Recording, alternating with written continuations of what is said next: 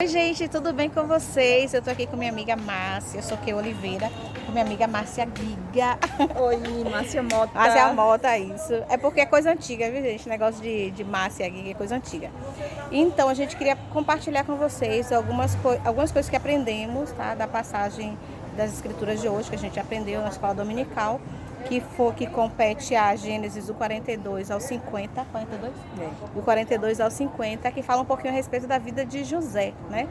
E de algo tão importante que José viveu e legou-nos, e hoje nós podemos aprender com esse exemplo, esse bom exemplo dele. Então, José, conta pra gente, Márcia, como foi que aconteceu inicialmente na vida de José, antes que ele chegasse a ser, então, tão importante, tão quanto o segundo, né, no Egito, com o faraó. Então, José, por ser filho de Jacó, né? Então, ele era o preferido do pai, Jacó. E aí, os irmãos têm muito ciúme de José. Inveja, ciúme, tudo que vocês podem imaginar. Os irmãos de José tinham por ele. E aí, os irmãos pegam José e tentam matá-lo. Então decidem, não vão matá-lo, mas venderam. E aí, ele vendeu para o Egito para Potifar. E aí, José se torna escravo de Potifar. E aí, por alguns anos, ele sendo o homem principal de Potifar, então ele era responsável por tudo também na casa de Potifar. E aí ele foi tentado pela mulher de Potifar. E aí, logo depois, ele foi, pela essa tentação, ele foi injustiçado e foi preso. Foi preso e ficou alguns anos na prisão. E aí ele ficou preso com os servos do faraó, o padeiro e o copeiro. E aí esse copeiro tem sonhos, aonde José ele decifra esse sonho. E aí um deles ele ia ser morto e o outro voltaria a seu cargo e tudo continuaria bem.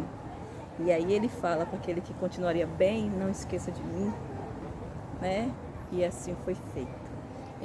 Não foi tão rápido assim, né? Passou-se o tempo e ele, em algum momento que o faraó estava tendo visões, sonhos, né, constantes, ele então lembrou desse homem, depois de ter buscado várias outras pessoas para interpretar, lembrou-se de José, né?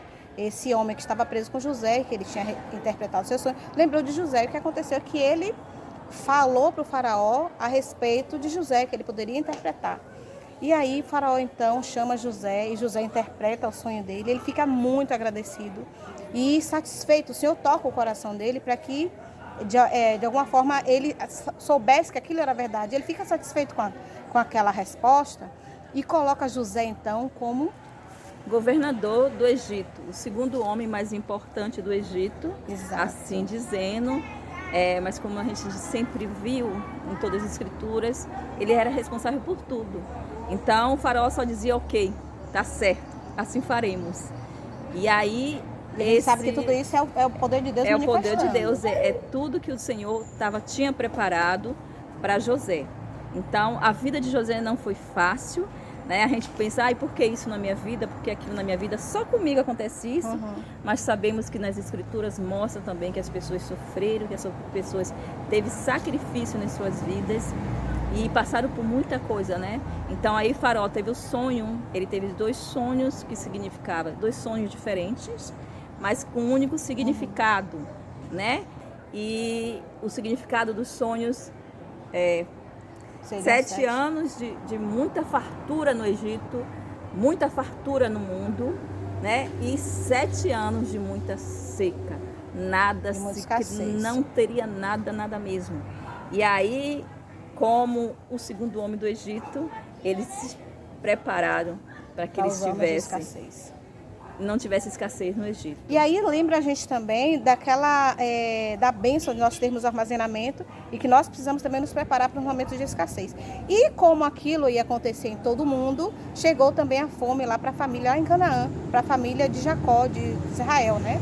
E aí o Jacó ele fala para os seus filhos, vamos lá, vamos buscar comida, onde tem. E ele sabia que no Egito teria, então eles foram lá para o Egito. E quando chegam lá, eles não reconhecem seu irmão José, o irmão que eles haviam vendido. Mas José reconhece-os e trata eles com rispidez, né? Trata eles de maneira ríspida, né? E fala que eles eram espias, e eles falam, não, nós não somos espias, né?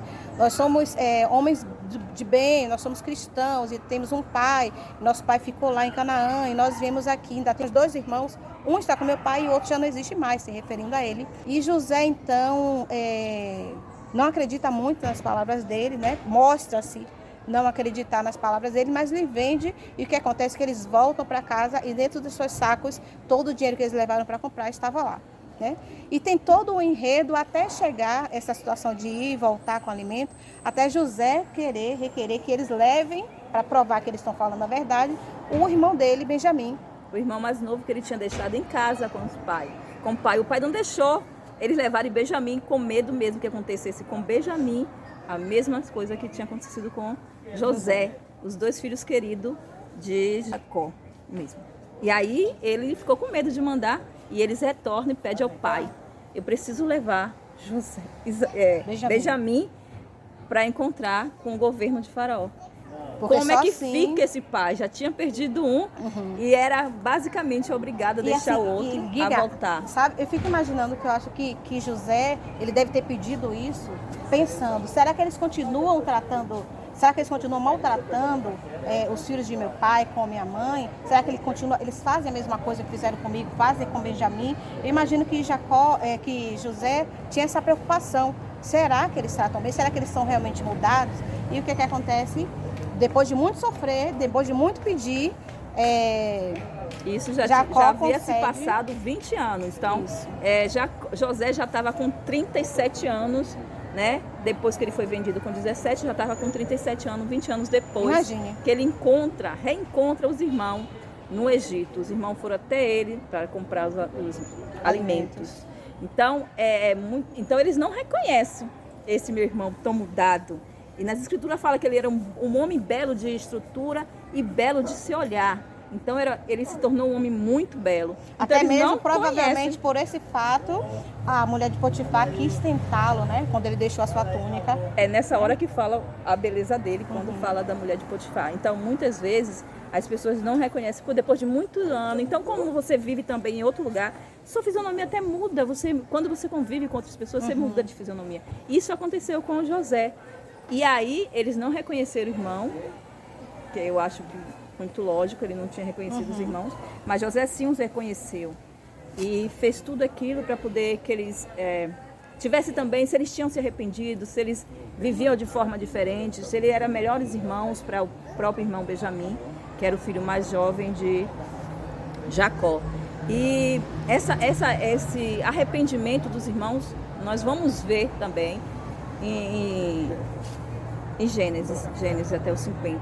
Então é muito maravilhoso essa passagem. É muito especial, principalmente quando ele se arrepende, quando Rubem ele suplica pela vida do Benjamim, que ao ver dele, aquele homem, o Senhor, né, que era José na verdade, queria deixar Benjamim como servo, porque encontrou uma peça cara que ele tinha colocado nas coisas de José, nas coisas de Benjamim, e o que acontece é que ele quer deixar Benjamim com ele, quer cuidar de Benjamim. Só que aí Rubem suplica pela vida de Benjamim, quer trocar com ele.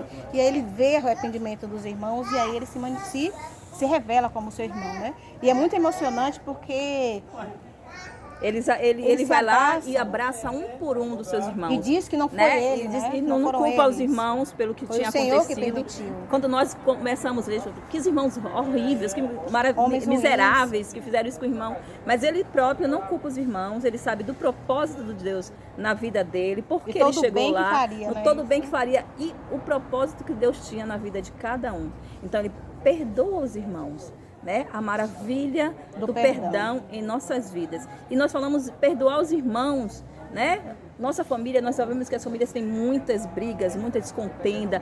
E aí ele fala assim dos irmãos, ele não fala de meu vizinho ao lado, de meu vizinho atrás, na frente, ele fala dos meus irmãos. Vamos perdoar meus irmãos, vamos começar pela minha casa, vamos começar pelas pessoas mais verdadeiro. Então nós precisamos realmente perdoar os nossos irmãos.